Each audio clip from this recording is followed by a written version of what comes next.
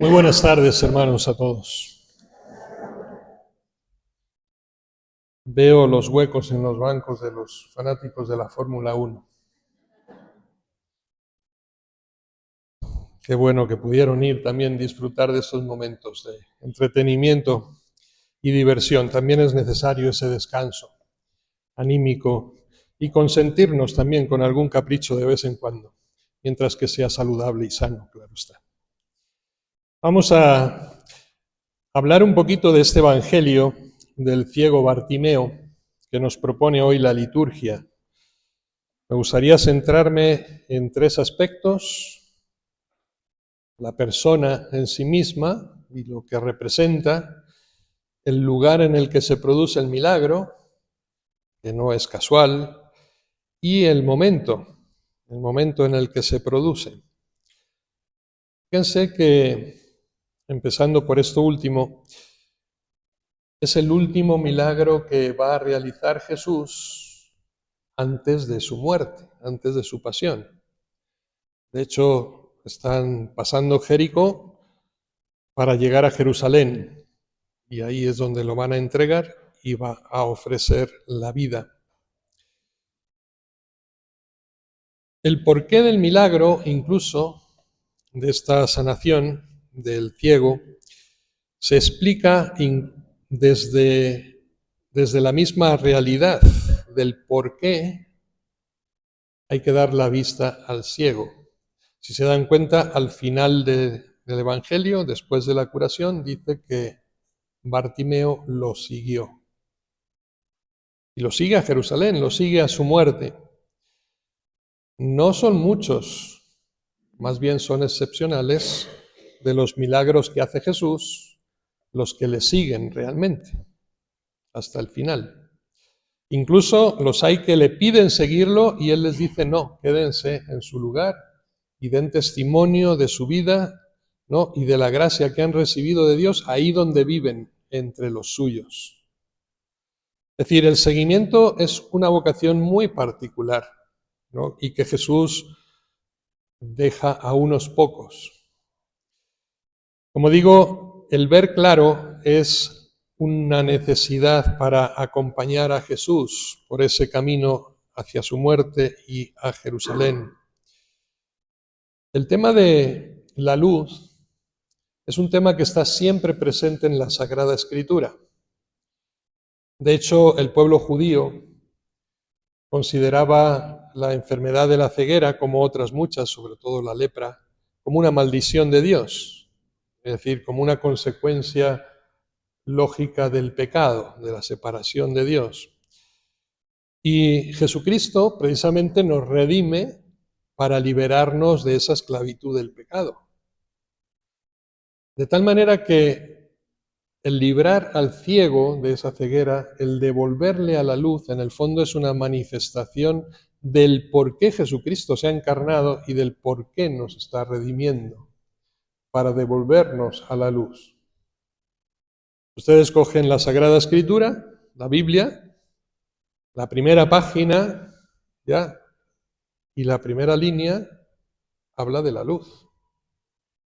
Y dijo Dios: hágase la luz. Es decir, el primer designio de Dios para crear todo el universo, que después va a tener sentido porque se lo va a entregar al hombre para que nos sirvamos de él, es la luz. Dios crea la luz para que vivamos en la luz. Y dijo Dios que exista la luz. Si nos vamos un poquito más adelante, seguimos en el Pentateuco, al libro de Números, nos vamos a dar cuenta ahí en la profecía de Balaán que también se menciona la luz, pero ahora de una manera muy particular como uno de los nombres propios del Mesías. El Mesías es luz. Está llamado a ser luz en medio de la humanidad. Dice el profeta: una estrella surge del tronco de Jacob, hablando del futuro Mesías que habría de venir. Una estrella es la luz, ¿no?, de Dios que se hace presente en medio de nosotros. Si ustedes recuerdan, al poco de nacer Jesús es presentado en el templo, ¿verdad? Y hay un sacerdote en el templo llamado Simeón y anciano, que lo va a recoger en sus brazos y va a citar precisamente la profecía de Isaías, que no dice otra cosa que: ahora, Señor, puedes dejar a tu siervo irse en paz, porque mis ojos han visto a tu Salvador, a quien has presentado ante todos los pueblos, luz para alumbrar a las naciones y gloria de tu pueblo Israel. Luz para alumbrar a las naciones. Una vez más, aquella profecía del Antiguo Testamento, ahora ya con Jesús en carne y hueso en las manos del sacerdote, es revelado como la luz de los pueblos, la luz de las naciones. Jeremías, también uno de los grandes profetas del Antiguo Testamento, hablaba de ese sol que nace del oriente y que después se va a hacer cultura entre nosotros. Era la mentalidad, si ustedes, por ejemplo, los musulmanes rezan orientados hacia la Meca. Los judíos rezan orientados a Jerusalén. Los cristianos rezaban desde la antigüedad orientados al este. ¿Por qué? Porque era el surgimiento del sol, ¿no? La luz que venía de lo alto y era el símbolo de la presencia de Dios en medio de nosotros. Cualquier iglesia antigua que ustedes visiten va a estar siempre orientada al este. ¿Sí? Porque los cristianos rezaban siempre mirando al este. De hecho, ahora yo estoy de espaldas al este, estoy mirando al poniente. ¿Por qué? Porque después de la última reforma litúrgica en el Concilio Vaticano II, se cambió el sentido de la celebración del sacerdote, mirando al pueblo. Pero antiguamente, a lo mejor los mayores todavía lo recuerdan, el sacerdote celebraba de espaldas al pueblo, orientado hacia Dios. Es decir, el primero entre la comunidad, ¿no?, dirigiendo la oración hacia Jesucristo. Después, en esa dimensión comunitaria, sociológica que nos abrió el concilio, el sacerdote es mediador entre Dios y los hombres. Y por eso estamos en medio, ¿no?, representando a Dios en medio de la comunidad. Sol que nace del oriente. San Juan, en su Evangelio, menciona también varias veces el sentido de la luz. Yo soy la luz del mundo, dice Jesús. No se enciende una lámpara para esconderla debajo del selemín, recuerden la expresión. San Juan mismo nos habla que es la luz que ilumina a todo hombre, aunque el hombre prefirió las tinieblas a la luz. En ese relato de la Navidad, de la encarnación de Dios, del nacimiento.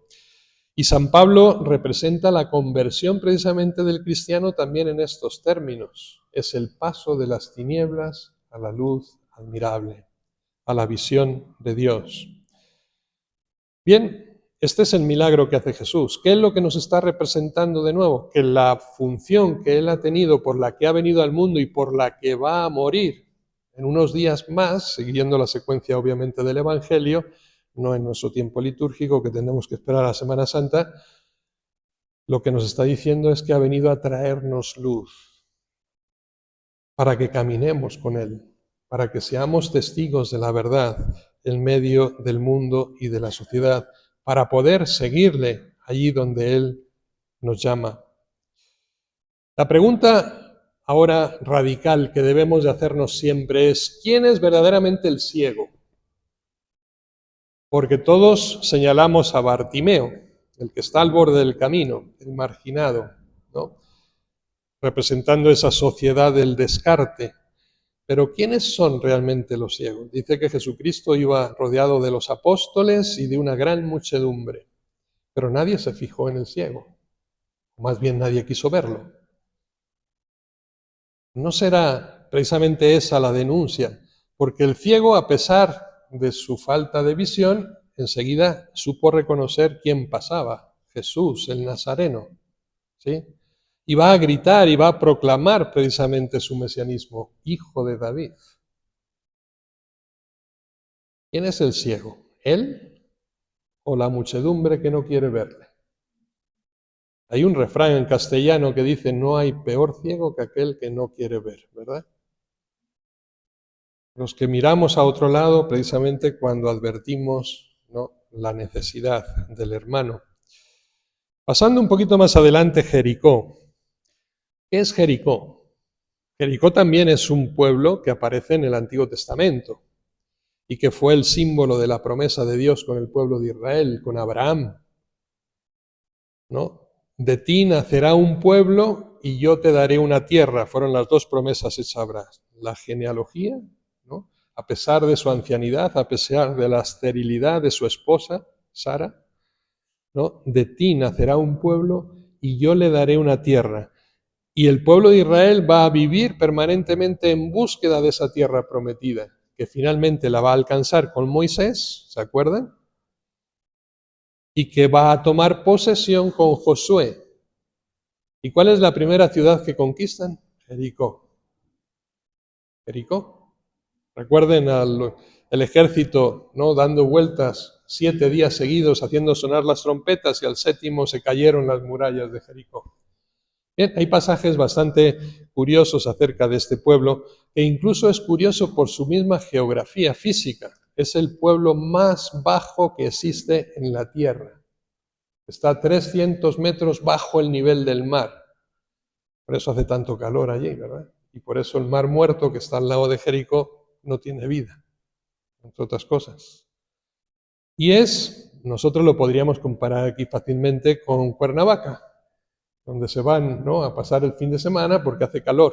Igual bajaban de Jerusalén a Jericó, las familias acomodadas, y ahí tenían su casa de retiro, de descanso, ¿no? Son 37 kilómetros que separan Jerusalén de Jericó, aunque hay más de 1000 metros de diferencia, ¿no?, de altura. Porque Jerusalén está a 750 metros y Jericó a 300 bajo el mar. Jericó, si ustedes recordarán, es la representación precisamente de esa toma de posesión de la promesa de Dios. Moisés envió a 12 delegados para que analizaran la tierra de Canaán. Ustedes recordarán que 10 volvieron diciendo, mejor vámonos a otro sitio porque esta gente es muy grande, muy violenta, muy fuerte y no vamos a poder hacer nada con ellos. Pero hubo 2 que, mostrando los frutos de la tierra, dijeron, sí, es verdad, no vamos a negar que es un pueblo poderoso, pero nosotros estamos con Dios, Josué y Caleb. Y después, cuando ya van a invadir Jericó, mandó 2 espías que entraran en la ciudad para ver cuáles eran sus defensas y dónde estaban sus puntos de debilidad para poder conquistarla. ¿Recuerdan la genealogía de Jesús? ¿Sí? Esa que leemos en Navidad, donde se leen todos los antepasados de Cristo, esas lecturas que nadie comprende, pues son nombres y nombres y nombres. Bien, lo curioso de una genealogía judía es que en la de Jesús aparecieran el nombre de 5 mujeres, porque la mujer no cuenta en la genealogía judía. El que transmite el apellido es siempre el varón. Pero hay 5 mujeres en la genealogía de Jesús, y una es de Jericó. ¿Recuerdan quién era? Rahab, la prostituta, que fue la que hospedó, escondió y libró de la muerte a aquellos 2 espías que mandó Josué, ¿no?, a Jericó para ver cuáles eran sus debilidades. Y después de haber despistado al ejército, ¿no?, cananeo, les hace huir con una cuerda por la ventana de su casa. Y esto le va a librar de la muerte después a Rahab. Y la van a asumir como hermana, ¿no?, suya, israelita. Como digo, si se dan cuenta, Jericó tampoco es un casual, ¿no?, que Jesucristo se quisiera detener ahí y que nos hiciera ver que en él se están dando cumplimiento precisamente todas aquellas promesas del Antiguo Testamento. Él era el Mesías esperado. ¿Y para qué ha venido precisamente? Pero también preguntándonos en la representación, la analogía de Jericó es como el lugar de descanso, es decir, de la tentación, del sedentarismo, de la comodidad. Y si se dan cuenta, hay una nueva promesa. La promesa primera fue la de Abraham a través de Moisés, la conquista de la tierra prometida, ¿no?, el paraíso terrenal, podríamos decir, representado en esta ciudad de Jericó. Pero ahora Jesucristo, frente a aquel ciego, ¿se han dado cuenta lo primero que hace el ciego cuando Jesús le llama? Arrojó el manto y se puso en camino. Es decir, es el símbolo de una nueva promesa de Dios que te dice que abandones lo que tengas, que abandones tu comodidad, que abandones tus seguridades para seguirlo a Él. Hay que dejar Jericó, hay que llegar a Jerusalén. ¿Sí? Es el camino inverso. Y es un camino difícil, es un camino peligroso. Precisamente en ese camino de Jericó a Jerusalén y de Jerusalén a Jericó es donde Jesucristo ubica precisamente la parábola del buen samaritano, ¿no? El hombre que fue asaltado por los ladrones y dejado medio muerto al borde del camino. Y después dirá, un sacerdote pasó y miró para otro lado y siguió de largo, un escriba pasó y siguió de largo, y un samaritano se para atenderlo. Fue ese camino. Es un camino de peligro, como el camino de la vida misma, como el camino del cristiano, el seguidor de Cristo. No estamos exentos de dificultades y de persecuciones. Jesucristo nos ha garantizado el 100%, sí, pero dentro de la garantía está la persecución, está la dificultad de ese camino que queremos andar. El desprendimiento siempre tiene que estar presente en nuestra vocación. Hay una provocación, hay provocaciones fuertes, si nos damos cuenta en la vida del cristiano, en la vida del discípulo, en la vida del apóstol, está siempre ese desprendimiento de aquello que a veces consideramos nuestra seguridad de vida. Los discípulos, los apóstoles tuvieron que dejar sus barcas, Bartimeo ahora tiene que dejar su manto, al joven le pide que deje sus riquezas. Es decir, hay una necesidad de desprendimiento, que debe ser del corazón, no es simplemente un desprendimiento exterior, sino un vaciamiento del corazón. No se trata de hacernos pobres para seguir a Cristo, se trata de que utilicemos bien la riqueza que Dios nos ha dado en la vida, poniéndola al servicio de los demás y para hacer el bien de todos. Esa es, ¿no?, la invocación que nos hace Jesús. Y luego hay otro detalle, el grito. Esa voz incómoda que viene siempre del lugar más inesperado, ese hacerse sentir. Ustedes se han dado cuenta, cuando nacemos, lo primero que hacemos es gritar, llorar. ¿Sí? El niño recién nacido grita. ¿Por qué? Porque tiene que llamar la atención, porque tiene que comer, tiene que respirar. ¿Sí? Y llama la atención. Y Bartimeo lo que hace es gritar. ¿Sí? Cuando Jesucristo pasa, Jesús, hijo de David, ten compasión de mí. La muchedumbre callaba, Bartimeo gritaba. Recuerden que se parece mucho al pasaje de la mujer sirofenicia, ¿no?, en el norte de Galilea, que también se acerca a Jesús gritando, Jesús, hijo de David, ten compasión de mí. Y Jesús sigue de largo. Y los apóstoles le llaman la atención para decirle, atiéndela para que no nos moleste más, porque esta mujer no va a parar de gritar. Y al final se va a volver y la prueba va a seguir, ¿no? Es una prueba de fidelidad, de perseverancia en nuestra súplica a Dios, que tiene que estar siempre presente en nuestra oración, es saber esperar el momento de Dios. Cuando Jesucristo parece que primero de haberla ignorado, luego la insulta, ¿no? Cuando le dicen, no está bien echar a los perros el pan de los hijos. Entonces, si nos lo hubiera dicho a nosotros, ya nos hubiéramos escapado, ¿no? Nos hubiéramos ido de allá y no hubiéramos vuelto nunca. La excusa que encuentra mucha gente para decir, yo ya no vuelvo a la iglesia, porque le pedí a Dios que se curara a mi abuela y resulta que se murió. No, pues este Dios, yo no creo en este Dios. Jesucristo te está probando para ver qué tan grande es tu fe, perseverar, ¿sí? La astucia también. Yo no quiero el pan de los hijos, me conformo con las migajas que caen al piso. ¿No? Qué grande es tu fe, mujer. Y qué grande es la fe de Bartimeo. Ahora lo vuelve a repetir Jesús. Tu fe te ha salvado. Fíjense que no dice tu fe te ha curado, porque no se trata simplemente de una curación física, de una ceguera. Se trata de la salvación íntegra de la persona, la que opera Jesús, a través de la fe. No solamente la salud corporal, sino la salud integral de la persona. Ponerse en camino a la perfección y a la santidad. A eso tenemos que aspirar siempre, porque esa es la promesa real de Dios. Ese grito, ¿no?, que tiene que estar siempre presente en medio de nuestra sociedad, porque nosotros ahora somos la luz en la oscuridad, somos la levadura en la masa. somos sal para la humanidad, si realmente cumplimos con nuestra misión. Poquitos días después de pasar por Jericó, al llegar a Jerusalén, lo que celebramos en el Domingo de Ramos, ¿no? La entrada triunfal, cuando aquellos fariseos le dicen a los niños que se habían puesto a cantar y a gritar, ¡cállense! Y Jesucristo, ¿qué responde? Si estos callan, gritarán las piedras. Y a los 3 días gritará la piedra del sepulcro, que saltará por los aires para dejar libre a la vida que no puede ser sometida con la muerte de Jesucristo. Tenemos que gritar a pleno pulmón, ¿no?, nuestra fe en medio del mundo. Quiero terminar simplemente citándoles aquí a aquel gran premio Nobel latino, José Saramago. Me imagino que ustedes han leído alguna vez a José Saramago, ¿no? No, sí, algunos, tal vez.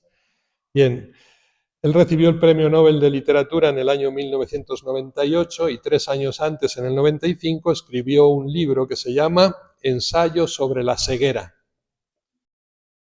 ¿Les suena? ¿Sí? Y dice, precisamente, les hago un pequeño resumen, hace una descripción precisamente del comportamiento humano en condiciones extremas, haciéndonos dudar de si realmente somos tan civilizados como nos creemos. Es un poco el argumento y la tesis que maneja. Y tiene una frase impresionante que dice, lo que quería es no tener que abrir los ojos. Lo que quería es no tener que abrir los ojos. Cuidado, porque esto es una condena social, es una crítica social tremenda, ¿sí?, de lo que estamos muchas veces viviendo, en lo que el Papa Francisco llama hoy la sociedad del descarte, es decir, el que está al borde del camino y nadie mira. ¿Cuántas personas sin techo, cuántos migrantes hoy pasan por miles por nuestra ciudad y nosotros miramos para otro lado? ¿Cuántos hombres marginados? ¿Cuántas familias a veces destruidas simplemente porque no hay acceso a un trabajo digno o a una remuneración honrosa? Y nosotros miramos para otro lado. Cuidado, esto es lo que nos advertía precisamente José Saramago. Lo que quería es no tener que abrir los ojos. No hay peor ciego que el que no quiere ver. Una persona empieza a ceder en esas pequeñas cosas y termina por perder todo el sentido de la vida. Esta es la realidad. Tenemos que poner atención al detalle, ¿sí?, en el que Jesucristo se nos revela permanentemente. Les cito a otro que seguramente este sí lo conocen todos, ¿sí? A lo mejor la literatura no se nos da tan bien, pero la música yo creo que a todos nos llega al corazón. Julio Iglesias, sí les suena, ¿sí? Tiene una canción que dice, me olvidé de vivir, ¿de acuerdo? Y dice la letra, me olvidé de vivir, de tanto querer ser en todo el primero, me olvidé de vivir los detalles pequeños. Y en esos detalles pequeños de la vida diaria de cada día es donde Dios se nos va manifestando. No esperen grandes manifestaciones, apariciones de la Virgen María para que le revele su destino. No. Jesucristo lo tenemos todos los días a nuestro lado, intentando llamar nuestra atención para que le reconozcamos y sobre todo para que le sigamos. Por tanto, hermanos, simplemente es una llamada de atención a nosotros en el Evangelio hoy para abandonar aquello que nos retiene, levantarnos de nuestra comunidad, abandonar Jericó y seguir ese camino a Jerusalén, a esa Jerusalén del cielo, a esa perfección y esa santidad que Jesucristo nos propone, ponernos en camino, seguir a Jesús, al tiempo que siempre levantamos la voz para ser ejemplo para todos en nuestro caminar. Y volviendo a ese símil con el que iniciábamos nuestra reflexión de la luz, San Juan de la Cruz, este gran santo, director espiritual de Santa Teresa de Jesús, carmelita descalzo, hablaba en una ocasión de las mariposas. Las mariposas, decía, que se dejan guiar por la luz les atrae en medio de la oscuridad, pero Dice, cuidado porque el fuego genera luz y la mariposa ingenuamente viene a la luz del fuego y muere. Sin darse cuenta, muere quemada. Y dice, igual nos puede suceder a nosotros, porque el mundo enciende muchos fuegos, muchas luces llamativas que nos atraen, pero que terminan destruyéndonos. Y luego habla de las estrellas. Las estrellas del cielo las podemos ver en la noche. Cuando nosotros vivimos en la oscuridad nos dejamos llevar por esas pequeñas luces que nos ofrece el mundo, pensando que en ellas vamos a encontrar nuestra realización personal. Pero cuando surge el sol, las estrellas dejan de verse. Y lo que tenemos que permitir es que el sol brille en nuestra vida para poder superar todas esas atracciones que el mundo nos está ofreciendo y que en el fondo nos despistan y nos desvían de nuestro verdadero objetivo en la vida. Por tanto, queridos hermanos, sigamos ese camino de Jerusalén con Cristo y con Bartimeo y abandonemos nuestra ceguera. Que así sea.